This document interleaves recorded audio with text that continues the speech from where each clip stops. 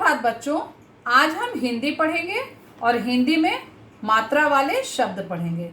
बच्चों, इससे पहले भी हमने छोटी ई और बड़ी ई की मात्रा वाले शब्द पढ़े हैं। आज फिर से हम दोनों शब्दों को एक साथ पढ़ेंगे। इधर जितने भी शब्द दिए गए हैं वो छोटी ई की मात्रा वाले हैं और इधर जितने भी शब्द दिए गए हैं ये बड़ी ई की मात्रा वाले शब्द हैं। मैंने आपको पहले भी बताया था कि जब हम छोटी ई की मात्रा वाले शब्द को पढ़ते हैं तो उसे हम जल्दी पढ़ते हैं, ज़्यादा समय नहीं लगाते हैं, और जब हम बड़ी ई की मात्रा वाले शब्द को पढ़ते हैं तो इसे हम देर तक पढ़ते हैं। जैसे आप एक बार मेरे साथ बोलोगे ई, और फिर बड़ी ई की मात्रा में ई, तो आपने अंतर क्या देखा? दोनों में अंतर क्या देखा कि इसको पढ़ने में मैंने बहुत कम समय लगाया और इसको पढ़ने में मैंने थोड़ा अधिक समय लगाया। एक बार फिर मैं आपको बताती हूँ, ई और ये है ई, यानी इसमें अधिक समय लगा। तो जिसमें अधिक समय लगे वो बड़ी है मात्रा, और जिसमें कम समय लगे वो छोटी ई की मात्रा है। जैसे मैं एक बार आपको पढ़ के दिखाती हूँ। नंबर 1 दिन, नंबर 2 गिन, नंबर 3 पिन, नंबर 4 किताब, नंबर 5 गिलास। और यहाँ मैं एक बार पढ़ती हूँ। नंबर 1 खीर, नंबर 2 तीर, नंबर 3 खीरा, नंबर 4 जीरा, नंबर 5 परी। तो बच्चों, आपने देखा दोनों में अंतर क्या देखा? इसको पढ़ने में कम समय लगा और इसको पढ़ने में अधिक समय लगा। क्यों अधिक समय लगा? क्योंकि यहाँ बड़ी ई की मात्रा है, और यहाँ क्यों समय कम लगा? क्योंकि यहाँ छोटी ई की मात्रा है। अब यहाँ पर जितने भी शब्द दिए गए हैं इन शब्दों से मैंने कुछ चित्र बनाए हैं।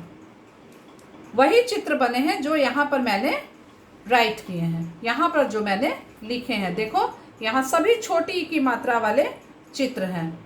दिन, देखो दिन चढ़ गया, दिन, पक्षी भी उड़ रहे हैं।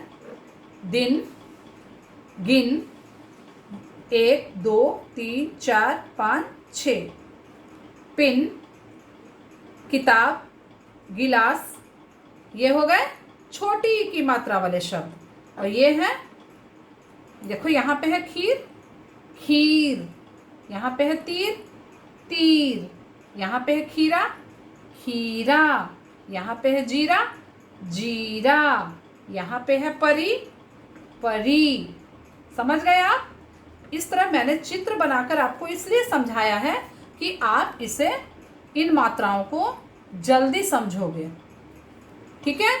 तो अब मैं लिखना शुरू करती हूँ, आप ध्यान से देखना। ये क्या है? द न, ये हो गया दन। अब मैं अगर छोटी ई की मात्रा लगाती हूं तो ये हो जाएगा दिन। ठीक है? नंबर 2, यहां पर अब मैं लिख रही हूं ग और न, ये हो गया गन। अगर मैं यहाँ पे छोटी ई की मात्रा लगाती हूं तो ये हो जाएगा गिन। ठीक है? ये क्या है? पिन। अब मैं यहाँ पे लिखती हूँ प और न, ये हो गया पन। अगर मैं यहाँ पे छोटी ई की मात्रा लगाती हूँ तो ये क्या हो गया? पिन। जल्दी जल्दी बोलना है इसे। नंबर 4 किताब। अब मैं यहाँ पे लिखूंगी क त में आकार की मात्रा। मैंने आकार की मात्रा इसलिए लिखा है कि हम तो छोटी ई की मात्रा पढ़ रहे हैं, आकार की मात्रा तो हम पढ़ रहे नहीं, इसलिए मैंने यहाँ पे आकार की मात्रा लगा दी है। और ब, ये हो गया आपका कताब, जो कि सुनने में सही नहीं लग रहा। अब यहाँ पर हम जब छोटी ई की मात्रा लगा देंगे तो ये हो गया किताब। अब ये है गिलास। मैं यहाँ पे लिखूंगी ग ल। अभी मैंने आपको बताया यहाँ मैं मात्रा दे रही हूँ, ल में आकर ला और स गलास। ठीक है, लेकिन जब मैं यहाँ पर हिंदी में हम ग्लास नहीं बोलेंगे।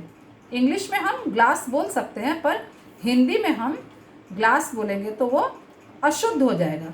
इसलिए हमें यहाँ पर छोटी ई की मात्रा लगानी होगी। तो हो गया गिलास। समझ में आया बच्चों?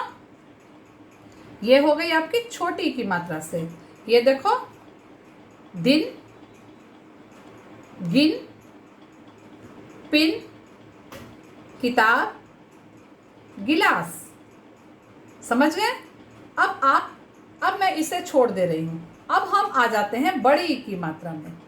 छोटी ई की मात्रा से हमने पूरा कर लिया और छोटी ई की मात्रा को जल्दी जल्दी पढ़ना है।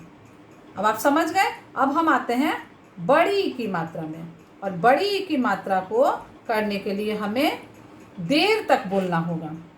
जैसे जितने भी मैंने अलग रंग से यहाँ पर मात्राएं लिखी हैं वो सब बड़ी ई की मात्राएं हैं। देखो, जितनी भी ये मात्राएं हैं ये बड़ी ई की मात्राएं हैं। इसे हम देर तक पढ़ेंगे।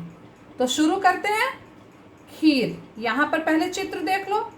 खीर, यहाँ पे खीर है, तीर है, खीरा है, जीरा है, परी है। अब मैं लिखना शुरू करती हूँ। ख र, तो ये क्या हो गया? खर। लेकिन जब मैं यहाँ पर बड़ी ई की मात्रा लगा दूंगी तो क्या हो गया? खीर। अब हम आते हैं यहाँ पे। ये क्या हो गया? त र, ये क्या हो गया? तर। अगर मैं यहाँ पे बड़ी ई की मात्रा लगा दूंगी तो ये हो जाएगा तीर। अब मैं यहाँ लिखूंगी ख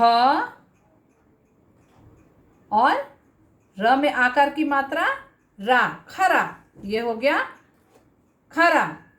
अब यहाँ पर मैं अगर बड़ी ई की मात्रा लगा दूंगी तो ये हो जाएगा खीरा। मैं यहाँ पर भी ऐसे आपको दिखा दे रही हूँ, ये बड़ी ई की मात्रा है। अब मैं आगे लिखूंगी ज, र में आकार रा, जरा। अब जरा में अगर मैं यहाँ पर बड़ी ई की मात्रा लगा दूंगी तो ये हो जाएगा जीरा। अब मैं लिखूंगी प र, तो ये क्या हो गया? पर। लेकिन ये भी देखना है कि मात्रा सही जगह पर लगे। ठीक है, जैसे यहाँ पर मेरी मात्रा लगी ख पे, फिर यहाँ त पे लगी, फिर यहाँ ख पे लगी, फिर ज पे लगी, लेकिन यहाँ पर तो मात्रा प पे नहीं लगेगी। ठीक है, अगर प पे भी अगर मात्रा लगेगी तो हो जाएगा पीर। वो भी शब्द सही है, पर आप बहुत छोटे हो ना, आप तो परियों की कहानी सुनते हो, इसलिए आपके लिए मैंने परी ही बनाई है।